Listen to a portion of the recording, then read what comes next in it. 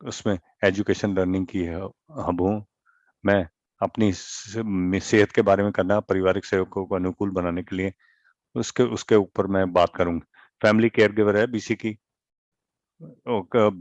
बिना मुनाफा चैरिटी है और उनके उनके लिए समर्पित है मरीजों के लिए। हम कनाडा में अपनी किस्म के पहले हम 30 साल से कम लोगों की सेवा में कर रहे हैं। 2010 से हम इस संस्थान में 20 में देखभाल वालों की जरूरतें और साधनों और उनकी मदद पर केंद्रित करते हुए स्थानिक से लेके सूबाई तक जो भी है इसके जो सहपाठी है ना, उनकी और मरीजों की सेवा के लिए हम हैं। देखभाल करने के लिए, देखभाल के लिए स्वागत करते हैं, जानकारी रेफरल देते हैं। तो ये जानकारी जो है एक से एक मरीज के साथ पे असेसमेंट के लिए देते हैं। सपोर्ट ग्रुप है जो है उस पर साधना के जरिए और वर्चुअल या सामने देख सकने के लिए भी करते हैं। ऑनलाइन साधन या वेबिनार या वर्कशॉप समागम पे पेशकारी कर करके वैसे भी देते हैं, है ना। सहयोग शमूलियत के लिए सेहत सिस्टम में सुधार करते हैं और और जो पॉलिसी है, नीति, उसमें भी प्रदान करते हैं उसको बनाने के लिए। तो सीखने के उद्देश्य के लिए तो परिवार के देखभाल के लिए परिभाषा, उनकी भूमिका क्या हो सकती है, देखभाल करने वालों के लिए रोजाना क्या गतिविधियां हो सकती हैं, देखभाल करने वालों के लिए क्या आम जरूरतें हैं, जो देखरेख की जो केयर है ना, सर्कल ऑफ केयर, उसकी जान पहचान कर सकते हैं। Family care giver of BC के ना, उसके जो साधन है उनके बारे में भी, और कोई सवाल हो तो है। और जो केयर गिवर है देखने मरने वाला वो क्या है, उसकी परिभाषा की है, कई तरीके से हो सकते हैं। आज की बातचीत में ये हम कहना चाहेंगे, पारिवारिक मेंबर भी हो सकता है, दोस्त हो सकता है, उनका बहमाइश या उम्र के कारण हुआ है, कमजोरी वाले व्यक्ति की देखभाल करने जो करता है उनकी मदद। परिवार देखभाल करने वाले की भूमिका जो है ना, देखभाल प्रदान करने वाले लोगों से और उनसे जो है ना, तो इसको प्राप्त करने वाले व्यक्ति के द्वारा आपसी तौर से निर्धारित की जाती है। देखभाल बढ़ते कितना समय बिताता है, ये काफी समय भी हो सकता है। पब्लिक सिस्टम के ना हर घंटे के लिए परिवार या दोस्त एक समय में उनके जो है 10 घंटे देता है कम से कम। अगर नंबर की बात करें, आबादी में 28% लोग जो हैं या 1 मिलियन से भी ज्यादा ब्रिटिश कोलंबिया में, 13,76,000 के करीब जो है इसमें शामिल हैं। किस किस तरीके से प्रभाव पड़ता है सेहत पे, देखभाल करने के लिए सेहत जो है उनके असर पर पड़ सकता है, वो काफी तरीके के हो सकते हैं। डिप्रेशन है, एंजाइटी, घबराहट है, नींद ना आना, ब्लड प्रेशर या या या बैक इंजरीज, जो पीठ पे चोटें लगनी, या आमतौर से लोग इस बात की शिकायत करते हैं। लंबे समय की स्थितियों में बीमारियां जैसे, है ना, तनाव परेशानी, इम्यून सिस्टम कमजोर हो जाता है, और किस तरीके की निशानियां जो है ना उनको हो सकती हैं देखभाल करने वालों के लिए ना, परेशानी की, तनाव की। आमतौर से अगर वो अगर तनाव परेशानी में है तो वो दिख सकती है, तो उनके एक चीज है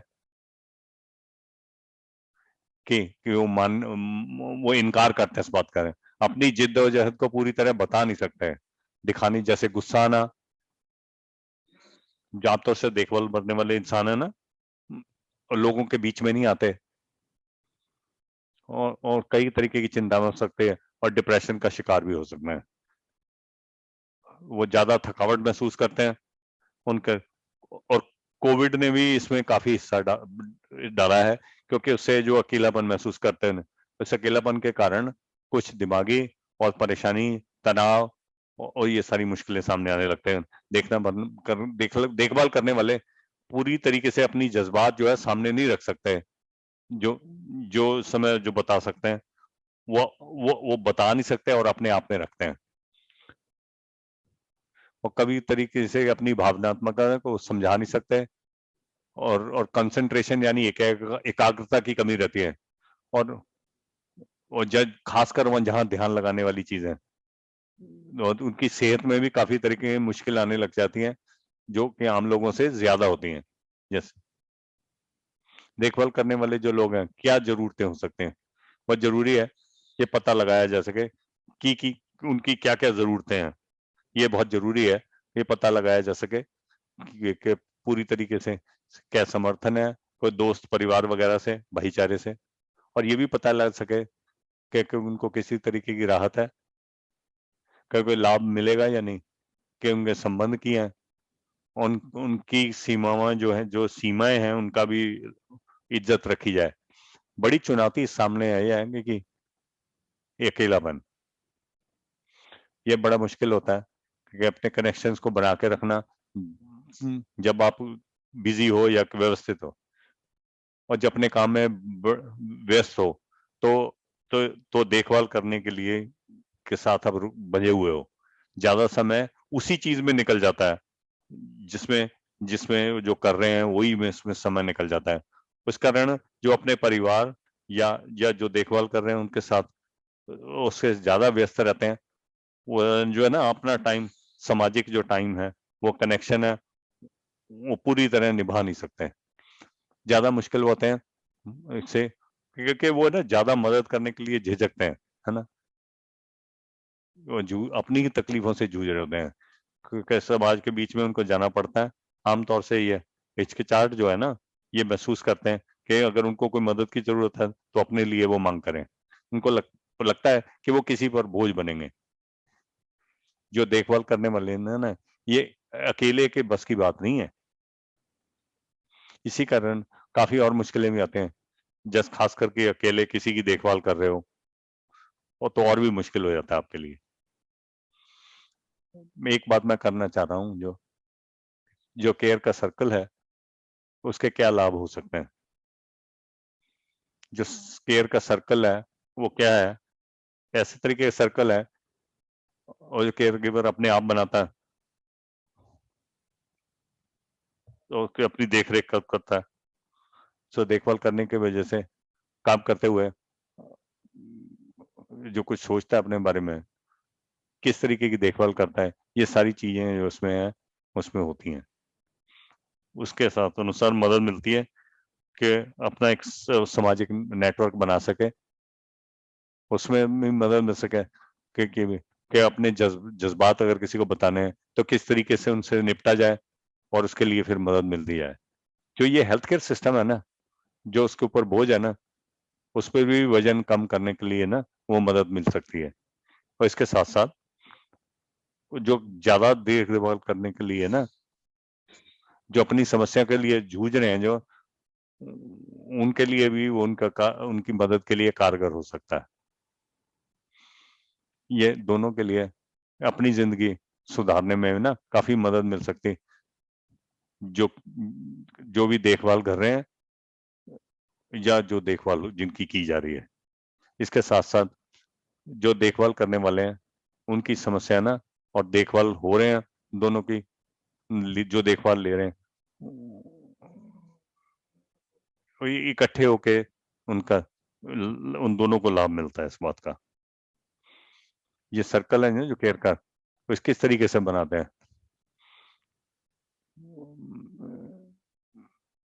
एबीसी के ऊपर बता सकते हैं किस तरीके से बना सकते हैं। आपने क्या करना है, अपनी पहचान जो है ना, आपकी जरूरतें उनकी पहचान करें, कि निर्धारित करें किससे किससे आप मदद ले सकते हैं, और फिर पड़ताल करें किस तरीके से आप मदद कर सकते हो, किससे मदद मांग सकते हो। उसके बाद कीमत भी करनी है कि भी जो केयर का सर्कल जो बना रहे हो आप, इसका क्या मतलब है, अगर का दोस्त जो आपके परिवार का सदस्य है मदद की पेशकश कर रहा है आपको, तो क्या करेंगे आप, आपने देखना है आपका जो एक प्लान है ना वो आपके पास होना चाहिए, जो आपकी पेशकश है ना उसके बारे में, उसके बाद उस चीज की पालना करो, और एक चीज बारे जो आप बताना चाहते हो वो बताओ उनको, और सीधे सीधे उसके साथ सीधे होकर बातचीत करें, है ना, ताकि जो आपको मदद चाहिए वो आपके सीधे तौर पर आपको मिल सके। अगर सीधे तौर से पूछेंगे और फिर लोग जो है आपको सही सही बता सकेंगे, क्योंकि आपने पूछा है। इसलिए जो आपकी मदद के लिए आए उनकी कदर करो, हो ना, उनको बार बार बताओ जता कि आप किस तरीके से आपकी मदद कर रहे हैं, उससे उत्साहित रहेंगे और आपकी मदद करने के लिए। फिर आप उनसे पूछते हैं कि इससे फैमिली केयर गिवर वो मदद कर सकते हैं या हम आपकी मदद कर सकते हैं। केयर सर्कल किस तरीके से बनाया जाए, जो हमारा सपोर्ट ग्रुप है ना, वो उसमें भी मदद कर सकते हैं, जो देखभाल करने वाले हैं। जो हमारे पास ऑनलाइन स्ट्रोक वाले जो हैं, जो हमारी वेबसाइट जो है family care givers of British Columbia bc.ca है, उन सारी चीजें उस पर दिखाई गई हैं। और केयर गिवर सपोर्ट लाइन भी है, 1-877-520-32-62 सोमवार से शुक्रवार तक ये वेबसाइट काम कर सकती है, और इसको करके आप मैसेज भी छोड़ सकते हो। और हम जो है 1-2 दिन में आपको इसका हल है, कोई ना कोई आपसे बात करेगा। सबके केयर गिवर की कोचिंग जो है ना, वो भी है, उपलब्ध है, जानकारी है, न्यूज़लेटर भी है, ब्लॉग्स है ना, आर्टिकल भी लिखे हुए हैं, कुछ समागम जो होते हैं, कुछ वीडियो है, जो ऑडियो है ना, उस वेबसाइट के ऊपर। तो हमारी वेबसाइट पर जरूर वो जाओ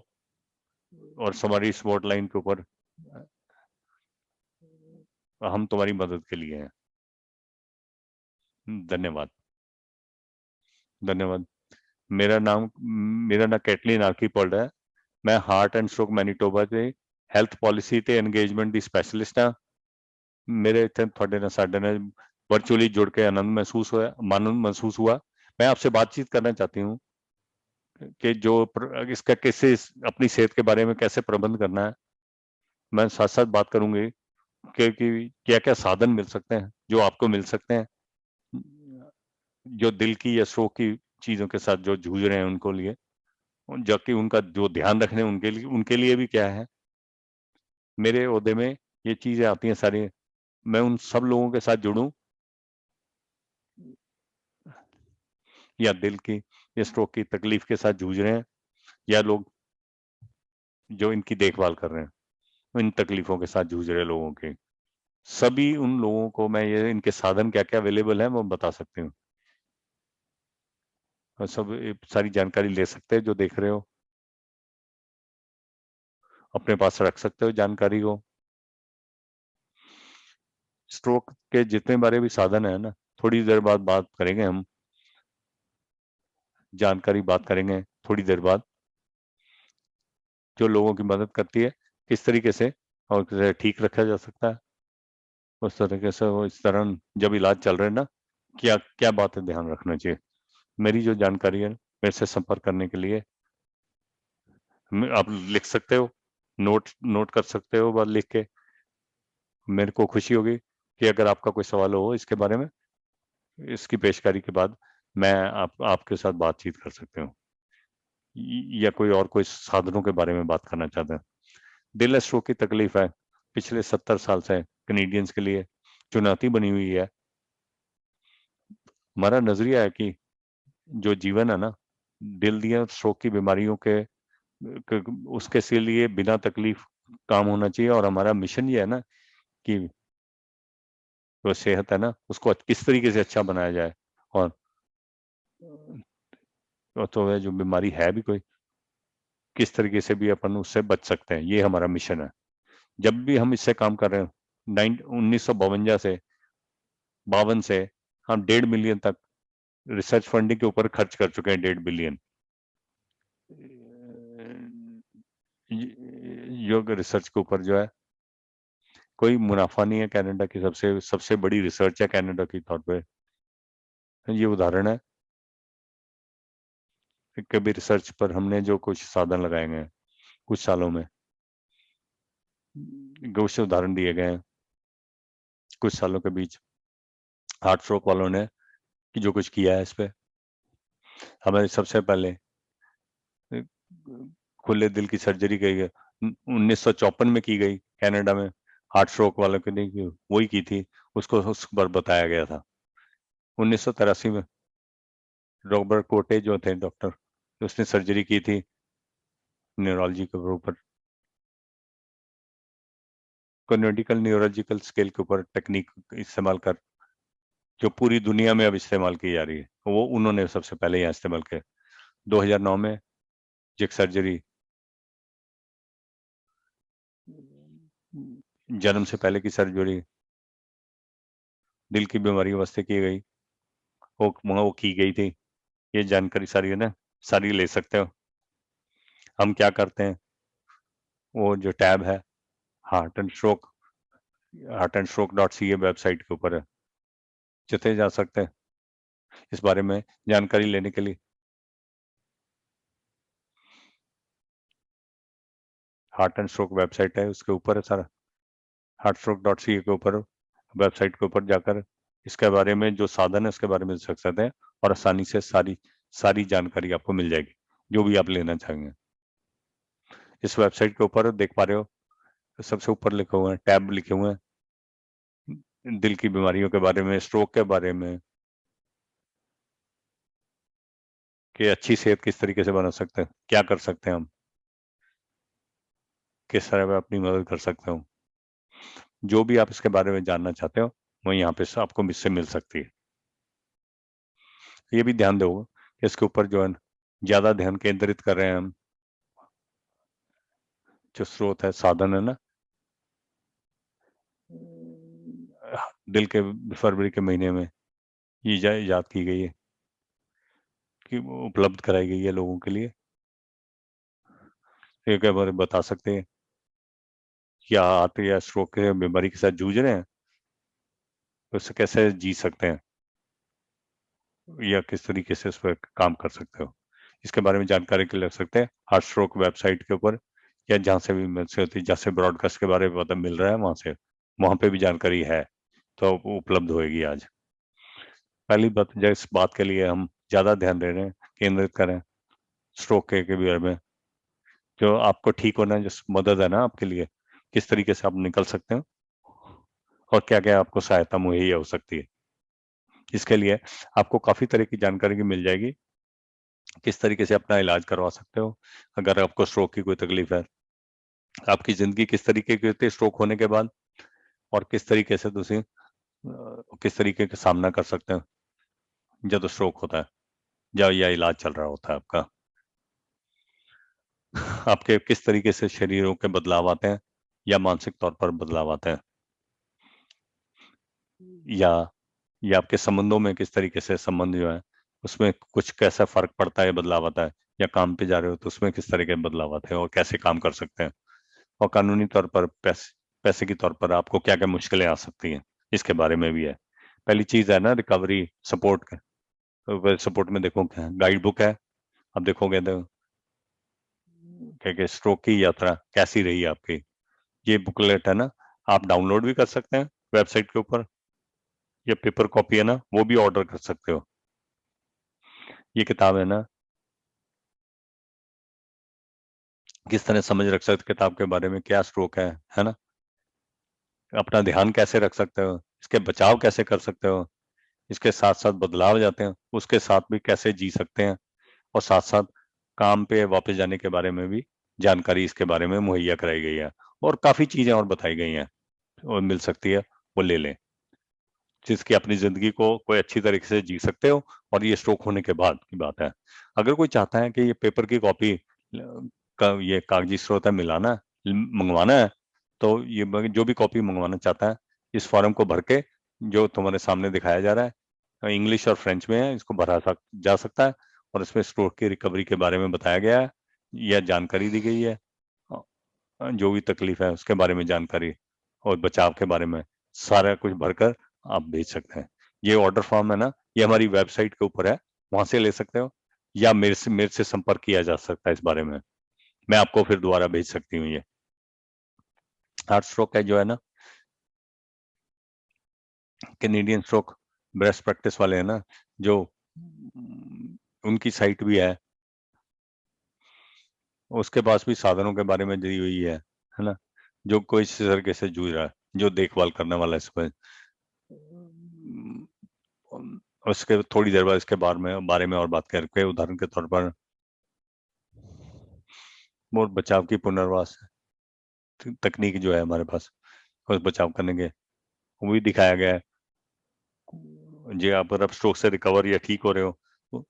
क्या क्या कर सकते हो आप, उसके लिए वो सारी जानकारी है। और उसके साथ ये भी जानकारी है कि दूसरे स्ट्रोक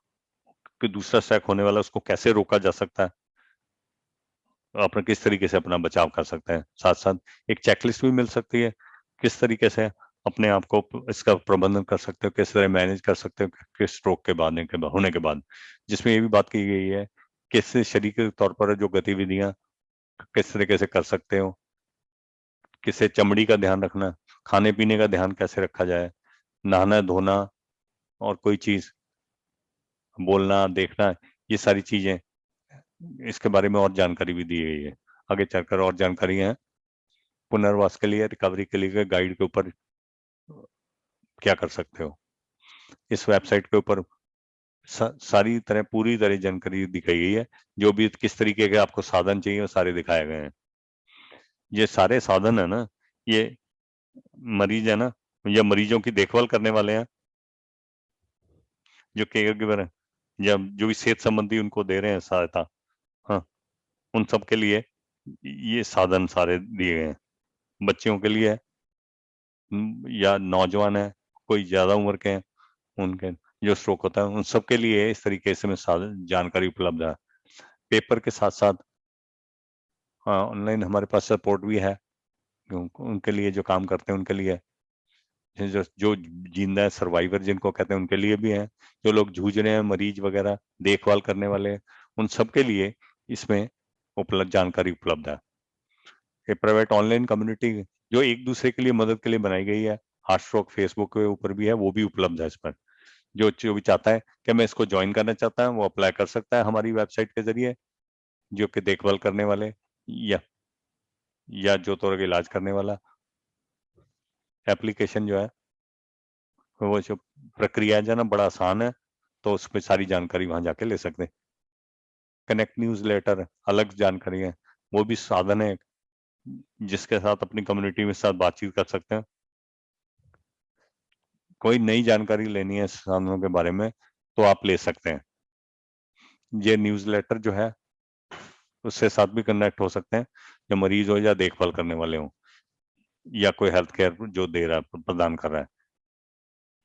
तो भी आप इसको सब्सक्राइब करके ले सकते हैं। अब बात करेंगे हार्ट एंड स्ट्रोक के बारे में, लिविंग विद स्ट्रोक प्रोग्राम कि स्ट्रोक के साथ कैसे जीना है, कैसे रहना है ना, वो प्रोग्राम के बारे में। पहले प्रोग्राम जाती तौर पर चलता था पूरे कनाडा में, आजकल वर्चुअल जो है ना प्रोग्राम चल रहा है कुछ समय के लिए। इसमें ये है कि स्ट्रोक के साथ 8 हफ्ते का ये प्रोग्राम है जिसमें बताया जाता है कि आप किस तरीके से आप इसमें ना किस तरह से चलना है, किस तरीके से करना है, सारी पूरी जानकारी मुहैया इस मामले में दी जाती है ना। और इस तरह 8 हफ्तों में हमारा टीचर ये है कि इस दोबारा से इसको जाती तौर पर लेके आए जैसे पहले चलता था, ताकि पूरी सहायता और मदद मिल सके जिनको ये जरूरत है। जिनको भी इस प्रोग्राम शामिल होना चाहता है और ऑनलाइन आप अर्जी कर सकते हैं, नाम उसका डाल दिया जाएगा और फिर हम आपसे बातचीत करेंगे जब भी आपका समय आएगा उपलब्ध होगा। अगर किसी तरीके का कोई सवाल हो ना तो इसके बारे में जो मैंने बताया आज, तो आप तो ये मेरे सवाल जो है ना ईमेल कर सकते हो caitlin.archibald@heartstreak.ca या मेरा फोन नंबर है 204-926 और 31-31। मेरे को खुशी होगी कोई भी जानकारी जो लिंक चाहिए या इसकी